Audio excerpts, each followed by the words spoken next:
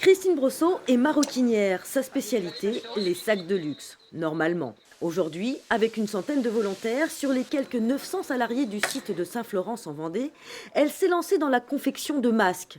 Pour cela, il a fallu aménager l'atelier et trouver ses marques, car fabriquer des masques ne s'invente pas. Ce qu'il faut comprendre, c'est que depuis 2-3 semaines, avec l'engouement qu'il y a sur la fabrication de masques, le gouvernement change les normes assez souvent, puisqu'on apprend ensemble en fait. Et donc ce qui est important dans la fabrication d'un masque, c'est le choix des matières. Il faut trouver le très bon compromis entre ce qu'on appelle la respirabilité et la filtration. Et généralement, ça fait un peu un phénomène de vase communicant. Plus on est respirable, moins on va être filtrant et vice-versa. Donc il faut vraiment trouver ce bon compromis.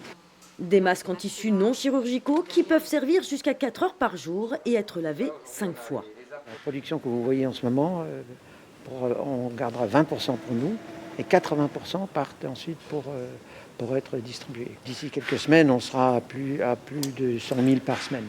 Les autres masques seront donnés en priorité aux EHPAD, mais la marque a d'autres projets et se prépare pour la fabrication de blouses. Ici aussi, on a un savoir-faire. À Chassé dans le Maine-et-Loire, on a pour habitude d'élaborer des vins de la région. La maison Ackermann produit 60 000 bouteilles en moyenne par jour. Depuis le confinement, 40 000. Mais la nouveauté, c'est la fabrication de gel hydroalcoolique élaboré au départ dans le laboratoire de l'entreprise. C'est pas compliqué. Le principal, c'est d'avoir tous les ingrédients.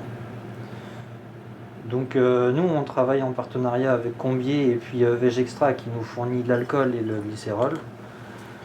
Et puis à partir de là, une fois qu'on a tout réuni, il suffit d'assembler et puis de brasser. C'est aussi simple que ça.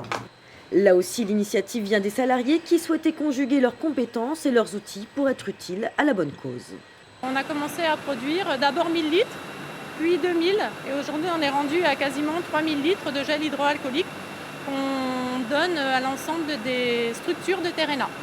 Car Ackermann fait partie de Terrena, un groupe coopératif agroalimentaire qui rassemble 14 000 salariés. Nul doute que tous auront encore plus besoin de gel hydroalcoolique lorsque l'activité aura repris normalement.